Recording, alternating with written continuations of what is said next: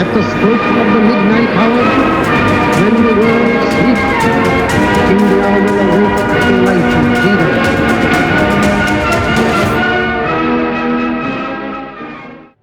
जोहार एक बार फिर से आप सभी को मेरे नए वीडियो में। पिछले वीडियो में आप सभी का सहयोग काफी अच्छा आया, उसके लिए आपका बहुत बहुत धन्यवाद। तो आज 15 अगस्त है और हमारे देश का 79वां स्वतंत्रता दिवस है। जब भी हम भारत के स्वतंत्रता संग्राम की बात करते हैं तो हमारे मन में महात्मा गांधी, भगत सिंह और लक्ष्मीबाई जैसे नाम आते हैं। लेकिन क्या आप जानते हैं 1857 क्रांति से भी पहले झारखंड में 1855 में इतिहास का पहला क्रांति जारी हुआ था। लेकिन सोचने वाली बात यह है कि भारत के हर एक फ्रीडम फाइटर को उनके बलिदान के लिए याद करते हैं, पर भारत हमारे आदिवासी फ्रीडम फाइटर के बलिदान को याद क्यों नहीं करते हैं।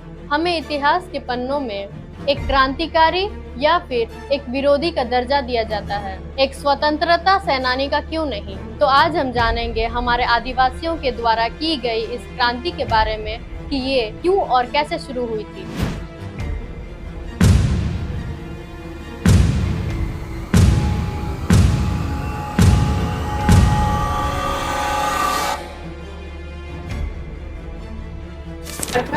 में हुए संथाल क्रांति को जानने से पहले हमारा ये जानना जरूरी है कि ये क्रांति शुरू हुई कैसे। इसे जानने के लिए हमें कहानी में 1855 से 85 साल पीछे जाना पड़ेगा, यानी कि 1770। ये वो समय था जब बंगाल का प्लासी का युद्ध खत्म हो चुका था। बंगाल इस युद्ध को हार चुके थे और बंगाल को उनका नया नवाब मिल चुका था, जिनका नाम था मीर जफर। मीर जफर ने अंग्रेजों के साथ समझौता कर लिया था और वो कोलकाता और समुद्र के बीच की सारी जमीनें वो अंग्रेजों को दे रहा और वहाँ से आने वाला सारा रेवेन्यू सब अंग्रेजों का होगा। जमीन में बंगाल और उड़ीसा के कई जिले आते थे और अंग्रेजों ने इन जमीन का काफी उपयोग किया। लेकिन साल 1770 में बंगाल में काफी भयंकर सूखा पड़ जाता है, इससे लोग मरने लग जाते हैं और अंग्रेजों को रेवेन्यू कलेक्ट करने में दिक्कत आ जाती है। चीजें हद से ज्यादा बिगड़ने लग गई। जहां हर 8 में से 3 लोग मर रहे थे, अब ये आंकड़े बढ़ने लग गए। 1 करोड़ से ज्यादा लोग या तो भूख से मर जाते हैं या माइग्रेट करना शुरू कर देते हैं। अब अंग्रेजों के लिए ये काफी बड़ी दिक्कत बन चुकी थी और उन्हें एक नए रेवेन्यू मॉडल की जरूरत थी। अब ये बढ़ते हैं दामिनी कोह की ओर, जो वास्तव में आज झारखंड के साहिबगंज जिले के भोगनाडी नाम का गाँव, और ये जगह उस समय जंगल और पेड़ पौधों से ढका हुआ था। अंग्रेज यहाँ जंगलों को साफ करके खेती करवाना चाहते थे, क्योंकि ये जमीन भी उस समय उनके कंट्रोल में हुआ करती थी। अंग्रेजों ने उस समय उस जमीन पर रह रहे आदिवासियों से संपर्क करना चाहा।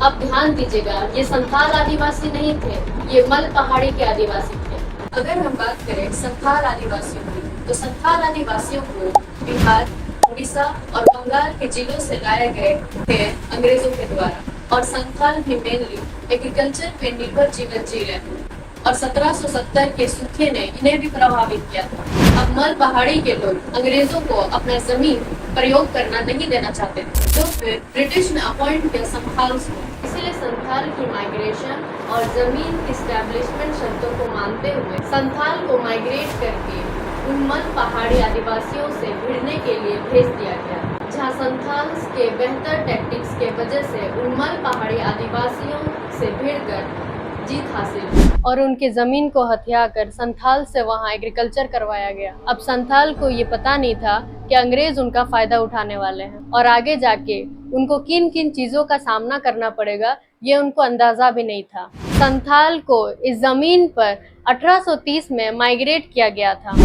तब इनकी जनसंख्या 3000 के करीब थी और देखते ही देखते 1855 में इनकी आबादी बढ़कर 86,000 हो गई।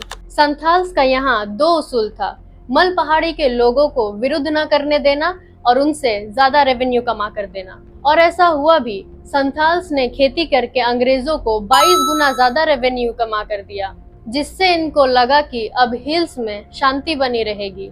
लेकिन अंग्रेज तो ठहरे लालची, तो इन्होंने मनी लैंडर जमींदार और टैक्सेशन का सिस्टम लागू किया, क्योंकि इन जमीन को उपजाऊ तो संथाल्स ने बनाया था, लेकिन अभी भी उस जमीन पे अंग्रेजों का ही कंट्रोल था और अंग्रेज इन्हीं जमीन पर टैक्स और पैसों पे इंटरेस्ट लेना शुरू कर दिए और देखते ही देखते संथाल इस कर्ज के जाल में फंस गए और इन्हें ये भी समझ आ गया कि अंग्रेजों ने इनका पूरा फायदा उठाया, तो संथाल की इन्हीं जमीन और खेत पे मौत भी हो जाए तो उन्हें फर्क नहीं पड़ेगा। तो इसी सोच के साथ इन्होंने साहस कर 30 जून 1855 में शुरू की संथाल हुल। संथाल्स ने अंग्रेजों के ईस्ट इंडिया कंपनी के जमींदार और महाजनों की हत्या कर दी और ये बात अंग्रेजों को पता चल जाती है। इसके साथ साथ अंग्रेजों ने इस चीज की उम्मीद भी नहीं की थी। इस हुल को लीड करते हैं सिद्धू और कानू मुर्मू, जिनका जन्म 11 अप्रैल 1815 में हुआ था। इनके साथ साथ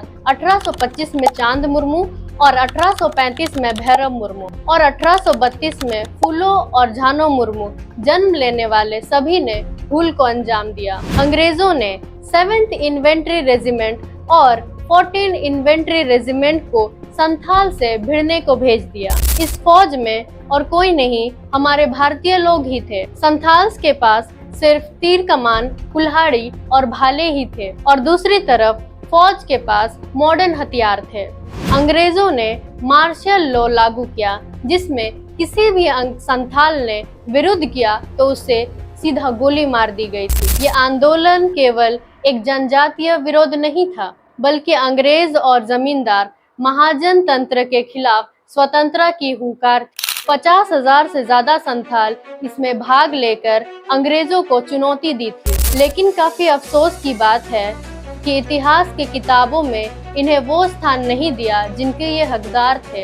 अंग्रेजों ने इसे जनजातीय अशांति कहा और आज़ादी के बाद भी राष्ट्रीय इतिहास में इन्हें हाशिए पर डाल दिया।